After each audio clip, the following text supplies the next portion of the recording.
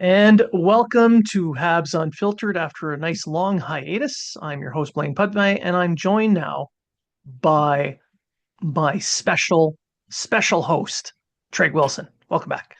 Good day. Good day. How is Joining us everyone? from La Belle Province. Ouais, ouais. Saint-Jean-sur-Richelieu. Mhm. Fancy. You know it's a fancy town when it's got a bunch of hyphens in the name. That's right. Like St. Louis to haha. Let's not get crazy now, Hyphens and exclamation points in the name. right? Top tier, top tier. So Matt is prepping for his deployment, so he's not here at the moment. Um, I am going to be leaving for a solid month to go to sea, but I'll be back in October. And Treg is now living the high life in Saint-Jean-sur-Richelieu. We just So 30 minutes yeah, from Montreal? it's not a very long drive to get to the Bell Center. It is not. Actually, I'll just drive to Brossard, take the REM, and the REM will take me uh Exactly. right to center terminal, and it's like a 5 minute walk from there. Yeah, and my experience traveling from there, it took me 36 minutes with the taking metro. So The new it's not REM, hard. the new REM, you get there in like 15 minutes, 12, 15 minutes. Beautiful. Yeah, so See, win-win all yeah, over. I Thank you, agree. Montreal, for great I transport. agree. I wouldn't go that far. Well, it goes fast because you're not taking the roads and driving through all the construction. Mm, That's what it is. uh, All right. So for this episode, we'll not a ton has happened in the summer since our last episode. However, a few things are coming up now that training camp is just around the corner, and the biggest talk right now is of Carey Price. so if no one knows who Carey Price is, he's a former goaltender for the Canadiens. He did okay when he was with us. He, Eh, won a few games. Might have got an award or two. Um, maybe. but yes, our this generation's icon is what I'll call him because that's exactly what he is. Uh, his contract's up the end of this season, and he gets his last signing bonus today, Today. September 1st, 5.5 million. So our good friend Marco D'Amico has it on good authority that Carey Price's contract will be moved by the end of the week, is what they're thinking. That being as much now Montreal something like 10 and a half, or sorry, 5.5 million or 5.3 million or Six and a something like half, I that. think. Is it 6.5 I think so. over the cap? I'm trying to say I looked at Puck PD yesterday. I thought it was only five something, but I digress. Um, anyway, regardless, they're over the cap. They don't want to use LTIR to get under the cap before the season because there's restrictions with that. They kind of don't want to use LTIR at all. So it looks like his $10.5 million contract is going to be moved. And from what I Yeah. read from everyone, it's almost inevitable that it will be moved. So it's not really a secret. Yeah. I mean, using the LTIR, there's a lot of intricate little caveats in backroom channel stuff. But essentially, it's if they don't have to use it and they're below the cap, anybody they send down, they can start accumulating Great. cap space. Whereas if they're using LTIR, You they can't can't. accumulate it. Yeah. And that's So, why they and get later in the yeah, season, they get in issues when they're trying to bring players up in that because, oh, I can't bring that player up right now because we didn't accumulate enough cap in order to cover his salary. So even though they have cap space, well, they don't really have cap space. Even though they have money room, they didn't accumulate enough for the contract. So because and LTR gives you that restriction. there's also an impact with the bonuses, the bonus structure that carries over. So they have a bonus cap hit from last year, a carryover Mm, that they have to pay this year's cap. So getting rid of the LTIR altogether will help them get rid of all of that, yeah. so they're prepped and ready for that big jump in the cap for next year. Right. And the bonus with Price right now is he's only really $2 million of actual money being paid to him this year Yeah. by the way his contract structured out. So most people who listen to the show know how the AAV, but if you don't know, an AAV is just your annual average value, meaning if you sign a 50 million contract for 10 years, your annual average value is 10 million per year. Now, you could be getting paid 30 million on year one and then break down whatever you get paid in real money for the next 9 years, but Yeah. that's pretty much how it works. So, and Yeah. In this case, that's what goes against your cap. So, yeah. And in this case, like you said, $2 million is what's going to actually be paid out. So whoever takes him on doesn't have to pay a lot of money to get that benefit. yeah. And the biggest benefit would be if you're down towards the cap floor and everybody's at the floor now, uh, they can keep him, put him on the books, and then use that space when it comes time at the deadline to trade players out. Uh, then they still have that cap hit there that helps cover them off. So they still meet the floor. So that's a big deal for rebuilding teams. There's a few teams like San Jose and Chicago, I believe, that have a lot of RFAs they have to sign. So they need Yeah. now, mind you, everyone's over the floor. Like I believe the closest is Yep. around 5 million, but it's only 5 million. So if you have 7 RFAs you need to sign, you know what I mean? You're not giving them less than 1 million each, but it gives them that room. So again, like you said, if they want to trade off big contracts and at the trade deadline, they have that space. There's someone on Twitter actually asked when I put one of my articles out about, but we can get into something later about that. But about well, why would no one's at the cap, like no one's below the cap floor near the cap, that close. That why would they need it? And that's why they need it, just to ensure they have a buffer between the cap floor and whatever contracts they may need to move out or not move out. So Well, on that, you mentioned a couple of teams already, San Jose and Chicago, and you wrote a piece for the hockey writers that went into this mhm. a little bit more detail. Were there other teams that you looked at? Pittsburgh Penguins is a team that our friend Marco brought up.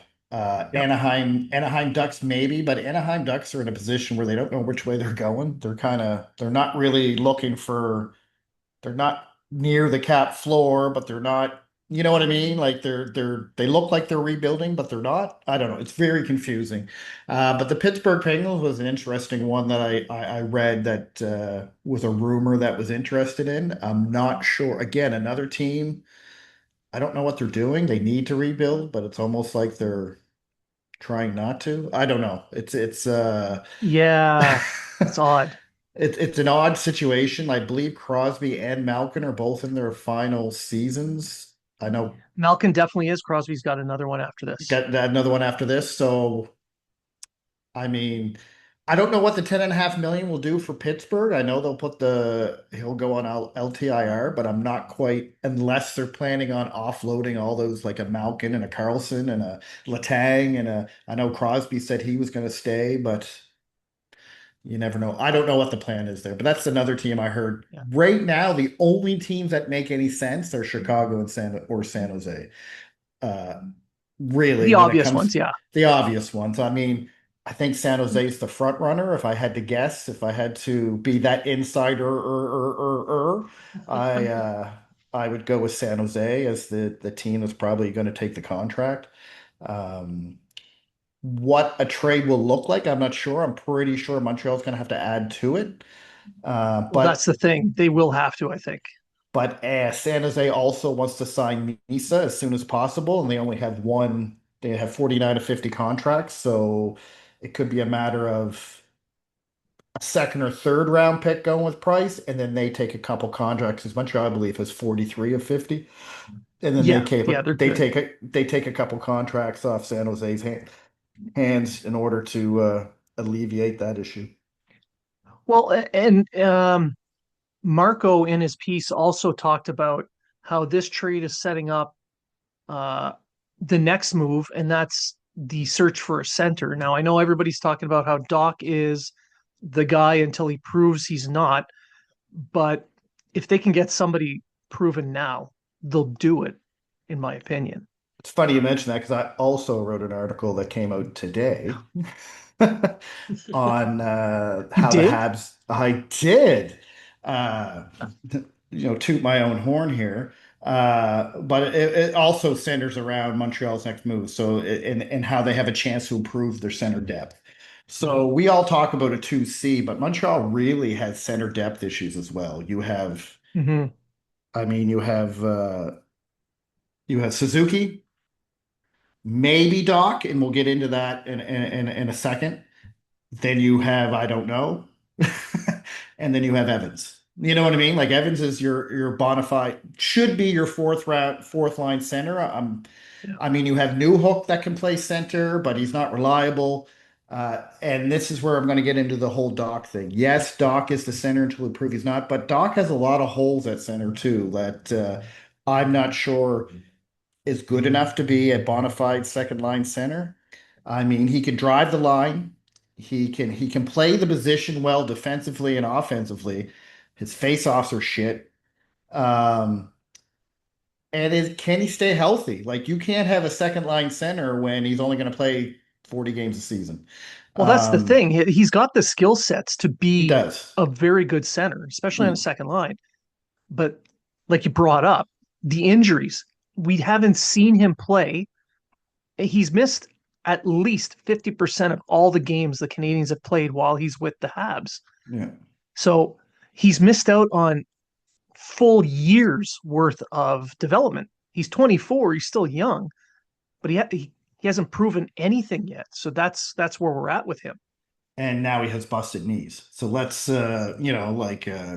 I mean, it's the I'm one not knee over and over. over and over again. I'm not giving Very up on Doc, don't get me wrong. I no, no, think no. Doc can fit in there, but if I was Hughes and Gordon as an organization, I have to go, okay, if we have a chance to get a Mason McTavish or get a bona fide second line center, I'm not going to pass up on that opportunity in hopes that this guy will be the guy. You know what I mean? Let's hope this Yeah. guy will be the third line center. You know what I mean? That can get us 20 goals, 40 points, or 50 points. You know what I mean? Like right now, Montreal has a very solid bottom six, except in that center slot. Like, I mean, your Yeah. third line right now, essentially, this is me just you have Balduke, Newhook, and Gallagher or Anderson on that third line. That's your third line. That's a solid third line, if you ask me, right? Um, and then you have on your fourth line Evans with Gallagher and Valino or Kapanen or whoever you decide you want on that fourth line. So when Doc comes Yep. back, right, and right now I'll slot Doc in as your second line center. But if Doc's hurt, where do you go? Where do you go with that? I mean, could Valino come in and play center on the second line? Could he, be that? But then you're looking at David Desharnais playing with Max Pacioretty. You know what I'm saying? Like you're back to Jake. You're back to the days where you had one line basically instead of two. Yeah. We're not so bad now because our wings are so solid. Like I believe Demidov could run that second line. He could be the guy that heads that Yes. second line. So you don't need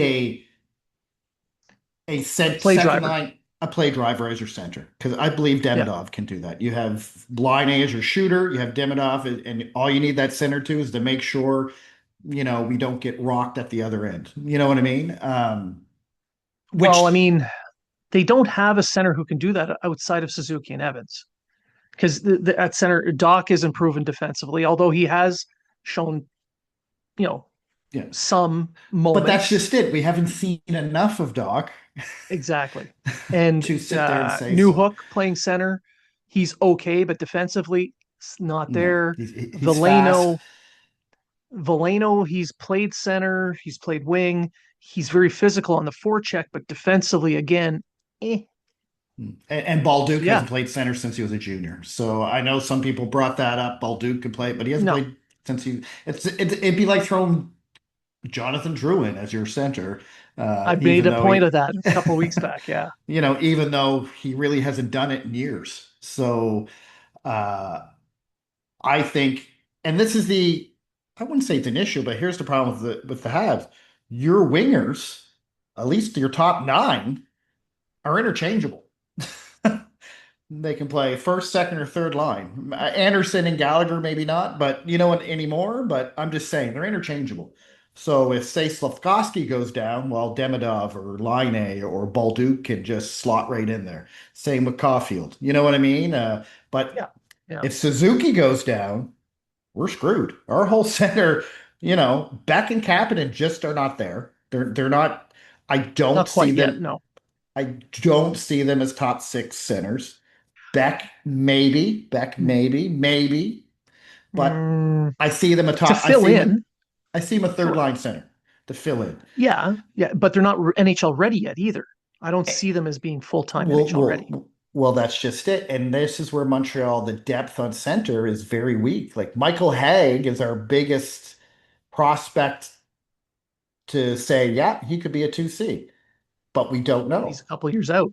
And he's 2 to 3 years out at least, Yeah. right?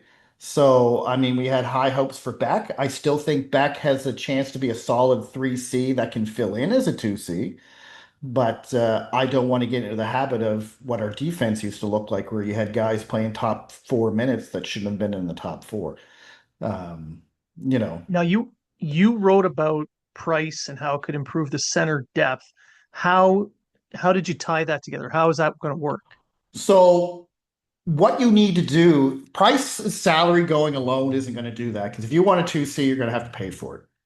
Yeah. So Montreal's going to have to make another move. If they want a 2C between now and December or before the season, another move that takes money off the books is going to have to be made, or a move that's going to uh, free up. Include salary. It's going to have to include salaries. So my suggestion was a Mike Matheson. Mike Matheson, his final year of his contract, he's only 4.5 million, right? So it's still he's a top four defenseman who can score 60 points, but he's going to be buried on the third pairing in Montreal because Gouley and Hudson are going to take up those top.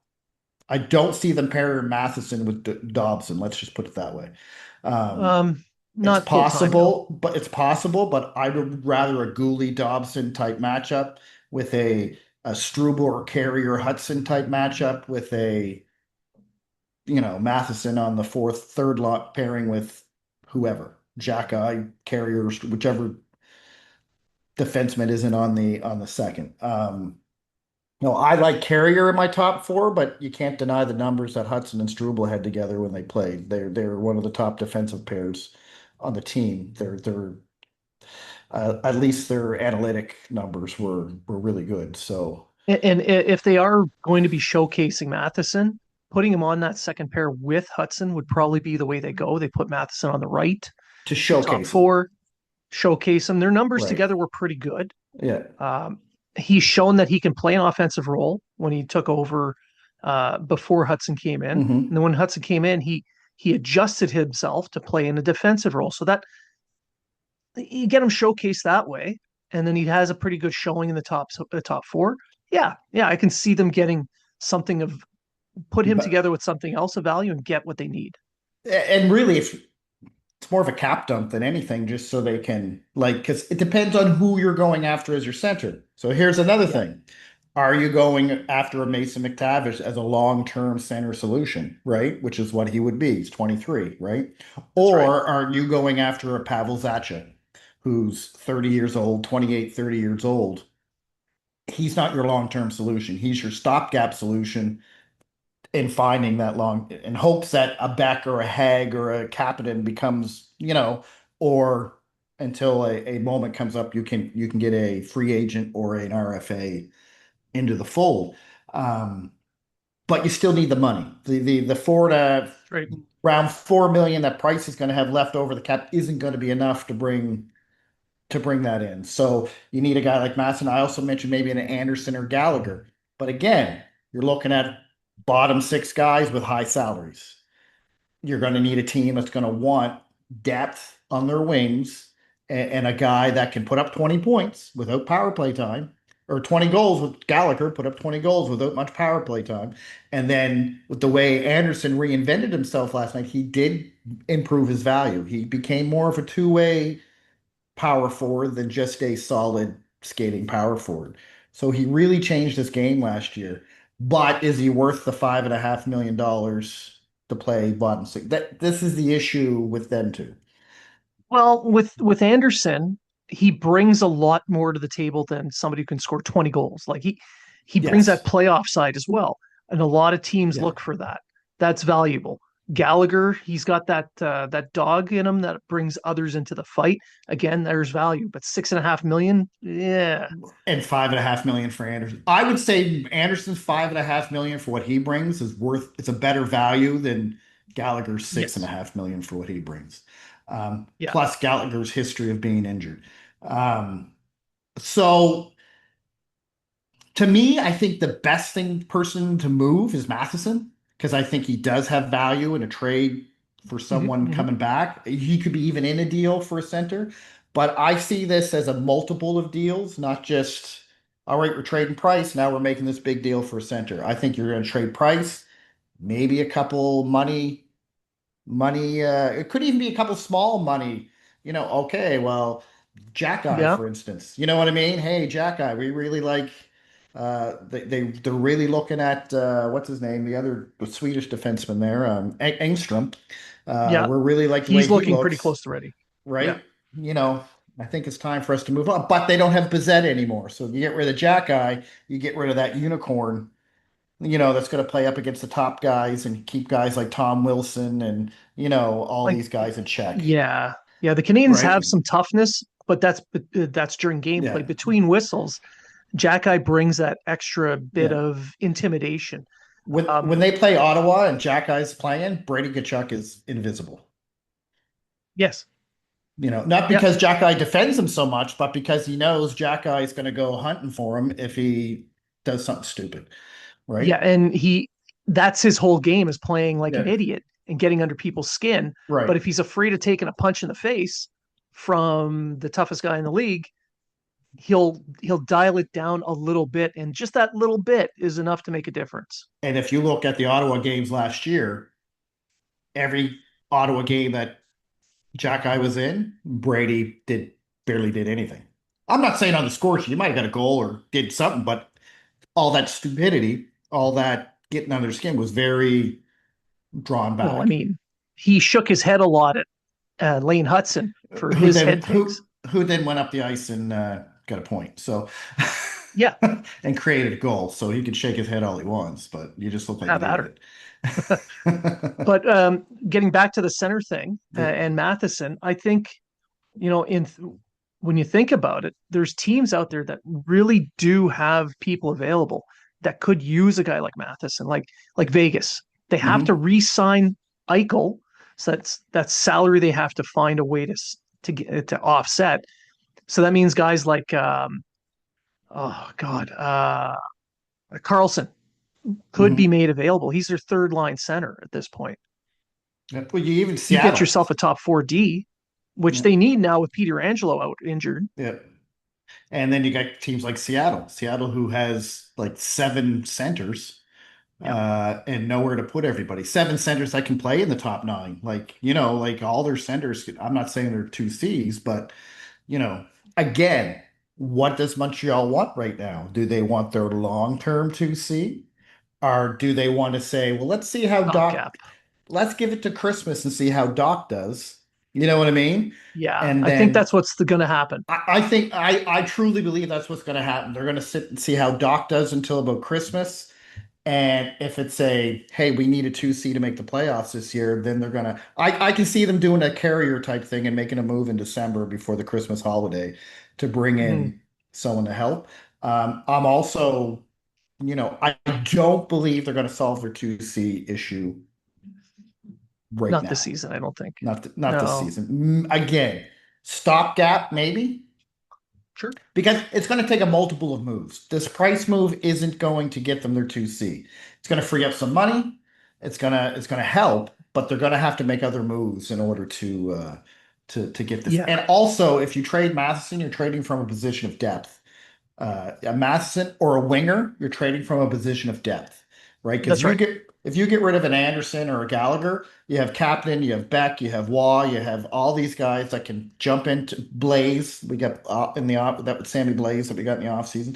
You have all these guys that can fill in on that fourth line. Well, guys like either Anderson or Gallagher, one of them can go to move to that third line. You got Yeah. Valino who can play on that third line. You got, and it just goes from there. They do have options, especially at Yeah. forward. They got some young guys on defense that are really knocking on the door. Yeah. You mentioned Engstrom. Reinbacher's not far Reinbacher, behind. no. So they're by moving Price's contract, it helps set up their cap structure for next season when the cap makes another massive jump. Yeah. So maybe Utah could pick up Price's contract and reunite him with Shea Weber. Whoa.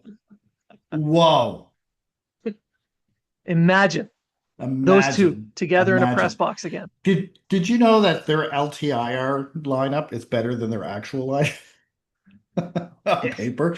it's the remnants from being in Phoenix, but Yeah, they're that's what I'm getting a saying. lot better.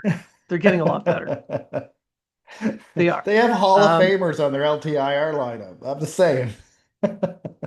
Pretty much, yeah. But Let's see. I'm going to bring them up now. Let's see. it'll be pretty Oh no, interesting. Weber's gone. Weber, well, his contract's done now, so he'd be Yeah, gone. yeah, Yeah, but still, they had Weber, they have him. I think Shane Doan was there for a while on LTIR for a while. I don't know. It yeah. was hilarious. But it's going to be an interesting week. I think Wednesday, I think, is where I think price is going to be moved. I don't think it'll be today, even though a lot of people No, I no, no. think are on Twitter carry price watch.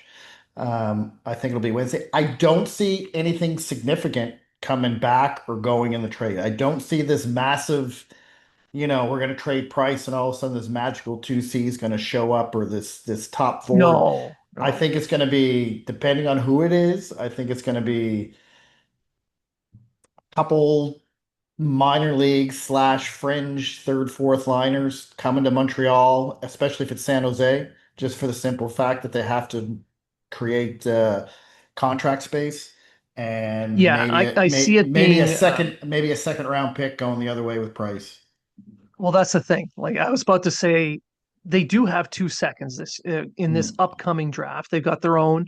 They've got Columbus's from the Line A trade. yeah, Um, yeah, so do a cap dump. Yeah, I can see a second round pick being in there, taking on like a bottom tier player that's on an NHL contract that could help Laval. Sure, I mean that could help Laval and that could yeah, help stopgap in Laval if they call up one of the guys like Carlson or whatever, yeah. whatever they get out of that.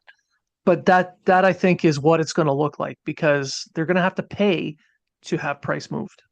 They are, but I don't think they have to pay a first. And I don't, and the reason I say No, that is no, no, it because, like I say, I do believe it's going to be San Jose. You can quote me on that. I do believe from the rumblings I'm hearing and they just make more sense. mm-hmm. And they need that, I think because they need that contract space to sign Misa, they want more than one, every team wants more than one contract left over in case they got to add. Um, they can say, okay, we'll take your second in price if you take this guy, and this guy, and give us, you know what I mean? And depending on how much those three guys are worth, or two guys, or whatever it is, there's your deal. Unless There's Montreal your deal. takes a cap dump from them so that they have space to sign, have a roster spot available for Misa as well.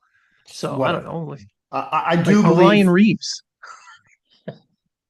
I do believe Montreal has to take if it's San Jose, I do believe Montreal has to take contract back.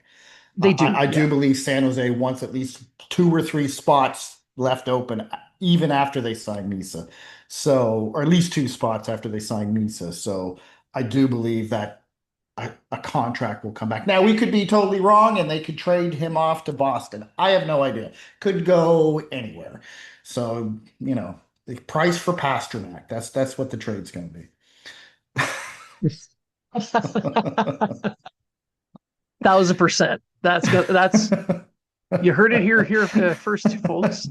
The NHL's youngest team is going to trade its oldest player for the fourth youngest team in the NHL's And their oldest oldest player. player. Yeah, At least their oldest player still plays. that's true. And well, they eat cap because that's a lot of money to take for a guy that hasn't won much lately. They'll still be under the cap. They still have to put someone LTIR just to cover the cap. Oh, Jesus. Anyway. No, but all joking aside, it's gonna be a sad time. It's gonna be the end of an era, like you mentioned at the start of the show. Losing that generational touchstone for the Mm. franchise to the fans throughout the entire 21st century. Yeah, I mean, like I say, we grew up with our Patrick Waugh. Our fathers grew up with Guy Lafleur and so on and so forth. Uh, some kids had Koivu was their generational, well, the 2000s. Sorry for you kids who had to live through the 2000s because you didn't really have much of anyone. But I drank for a reason. Let's put it that way. uh, but then Carey Price came along, and this generation Yeah, had him. So I hope he comes back and maybe signs a one-day contract to retire as a Hab. I'd like to see that happen. that'd be nice. Um, but you're right, it's an end of an era, and I'm not as distraught about it as the Patrick Waugh trade because that was a gut punch if because he's the reason I became a Montreal Canadiens fan. But That and they handed a um, Stanley Cup to Colorado, I mean, Colorado was almost going to win one anyway. They just needed the goalie. So which I think was part of the whole idea behind it. It was kind of fine. You want to go? Okay. And we're going to piss off all the Quebec Nordique fans at the same time because they win the cup the second they're gone. yeah, So yeah. a I little mean, bit it of a was a troll job the other way. I just wish it was a better trade. But anyway, I wish we would have got like a Yeah. superstar in return, but instead we got three mid players that didn't last very long. So yeah. Thanks, Yeah. Yeah. Rajan. No one's bitter. 30 years later. Thanks, Rajan and Mario. All right. So that's pretty much it for the show. Do you have any final thoughts that you wanted to share? I'm back right with the Hockey Writers after extended time off. I want to thank everyone who supported me on that time off and that kind of stuff. But I'm back, so please support me on that. My articles will come out. I don't care if you like them or not, but it give you something to read. Like, Just click on it. Uh, put your um, nasty comments at the bottom. yeah, whatever. Yeah. I Yeah. kind of read them and I kind of don't. But yeah, so I'm back there, and who knows? Maybe I'll get into cover some Montreal or Laval games through the Hockey Writers. It's kind of being discussed, so we'll see what happens. And for myself, I've expanded a little bit. I'm with rg.org with Mhm. Marco D'Amico and that crowd, Jimmy Murphy. They've brought me into there. I've done a few pieces so far. I'm at the Hockey News as well, providing some content there. I'm still at the Hockey Writers. It's the main spot.